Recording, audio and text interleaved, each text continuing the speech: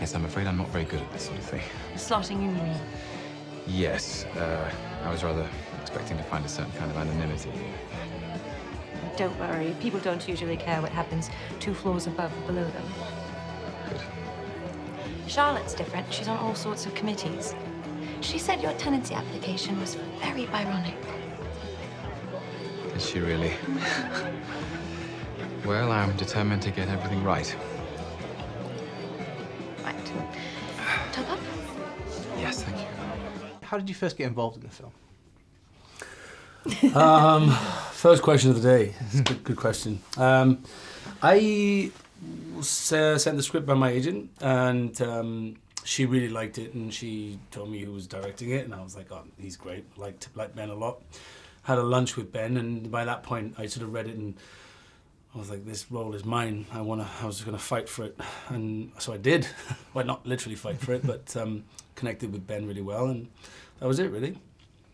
Yeah, the same thing. I got sent the script and I met with Ben and had been a huge admirer of his work. I think he really is one of the most talented people that we have in this country, you know, emerging, and just so versatile, but with such a vision.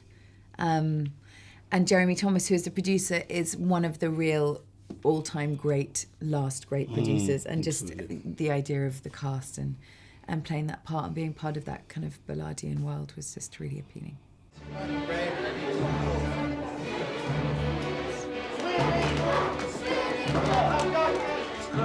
Yeah, I agreed for the screen sign. Are you blind as well as stupid? Look in my ear and tell me what you see. Our party? Our room!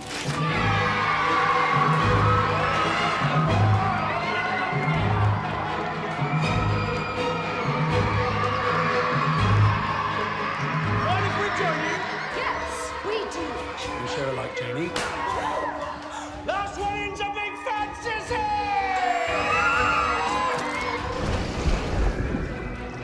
I mean, how was it to kind of bring this world to life? Because obviously it's incredibly stylized and the period detail is beautiful. You know, that must have been quite something. Yeah. Whenever I've spoken about Ben, or people have spoken to me about Ben, they've always said he's one of a very few directors who can create a world. You know, he created a whole world, and his films are always not just about the characters, but the world in which they inhabit. And this is a perfect example of his detail, and it's a period. You know, it's a very specific period. The look, the drinks, the costume, the hair, the style of the architecture, what was in the houses and apartments, and The Merkins. There's so much going on, but the attention to detail was. So he just dropped us in, you know, and by that point, you know, we'd worked out our looks, and I had my big comb-over fringe. Oh, it's amazing. We laughed so much. My lamb chops, sideburns. There's a lot to it. It was really a fully formed world, and it was chaotic. It was complete chaos. We were in Belfast, and it was in this abandoned. What was it? It was like a swimming sports centre. Sports centre, probably asbestos-filled walls. But it was just kind of. It was extraordinary, but it was crazy and madness, and the pace, the way it moved. It was just, no one knew where they were. We were all there every day in case we got to something, so we were all just running around looking. Well, I think we'd both come off bigger films where the pace is slower, you know, often. And this was, for me, my feet didn't touch the ground, you know. 1 minute, I was doing 2 at the same time. You were, I don't know how you did it. In 2 different countries, you know, it's impressive.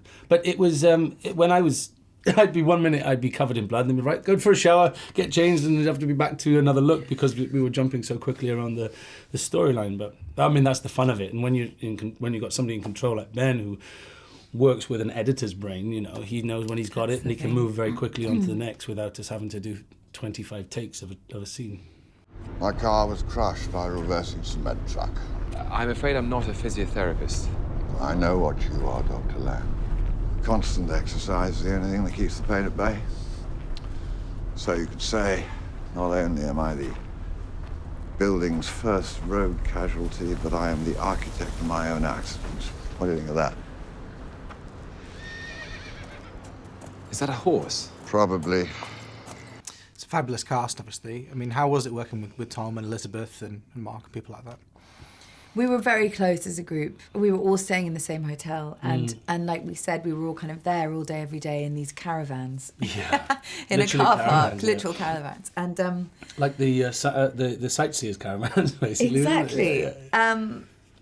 What Jeremy Thomas does, which is so wonderful, I think the process of making a film for him is really part of the experience. And so there are dinners every night, and he'll find great restaurants, and the cast, you know, he really works to make the cast a group. And this, I think it was one of the happiest work experiences I've certainly ever had. We were all great friends. We all laughed our heads off non-stop, and we were all... It felt like a real troupe, you know, an old school troupe, a band of players coming together to make something completely mad. And we loved it. We really did. I think that's a perfect description of it. It was Jeremy was a very close friend of Ballard's. Was there? It was like a passion project for him, you know, and we felt like we were there, quite honoured to be his guests and be part of it. It was special. Ah, Dr. Lang. I hear you play squash. Yes, I do. You built all this. Dreamt, conceived. I hardly roll my sleeves up. Of course, project's far from finished. Over 5 towers in all, circling the lake. Something like an open hand. The lake is the palm, and we stand on the distal phalanx of the index finger. There. I put all my energies into this tower. I'm its midwife, so to speak. It looks like the unconscious diagram of some kind of psychic event. Well, that's good. I'll use that. By all means. What was the most challenging scene to shoot? Because there are some pretty stunning sequences. When you rape me. That was a hard day. That Oh wait, is that just giving that away? I shouldn't say that on there. There was Shouldn't a have horrible done that. scene. There was not a great scene between Sienna and I. That's the hardest scene for me. We don't talk about it too much because it might ruin the scene a bit. But it's it was violent. There was a lot of violence. And very violent. Yeah. You had a really hard time because you were covered in blood, or you know, and the fake blood is just and fake puffy hair. eyes where I couldn't see through my I eye had a from the puffy majority. eye, yeah, Oh they yeah, stick. yeah, not nice. It was really intense. I mean, the book is insane, and the film is exactly what the book is, which is such a huge achievement. Except I'm It wearing was more funny, clothes. but it was high octane. It was intense. Yeah. And creepy and scary in exciting ways, but things get really weird. It's quite rare to be in a film that has that element and you feel it as the actor, because often you're a little detached and you think, okay, I'm on a film set, you know, but but we didn't have to relive it. I felt there was often moments when we were so involved in those places that it felt very real and very, You're very such crazy. a force in this. I mean, Luke was really, he jumped in terms of being in character. It was a really scary thing to see at times because he was Wilder. I mean, authentically, that scary. Talking into the tape machine, I was like, you know, genuinely, you full methoded it. It was so first time I've impressive ever and done exciting. Yeah. So finally, what have you both got coming up next? I just finished a film that Ben Affleck directed called Live by Night that was great fun, and that's coming out. I don't know if it's this year or next, and a James Gray film called The Lost City of Z or Z, depending on where you're from, which I think is coming out this year. We'll call it Zed. Zed. I have Message from the King coming out, and then Girl on the Train, and then Beauty and the Beast next year. Gaston! Gaston! Yes, that's a can't whole wait. different side of my personality in that. Yeah. That is range. Richard Wilder to Gaston. Yeah, so we're keeping it colourful on this side.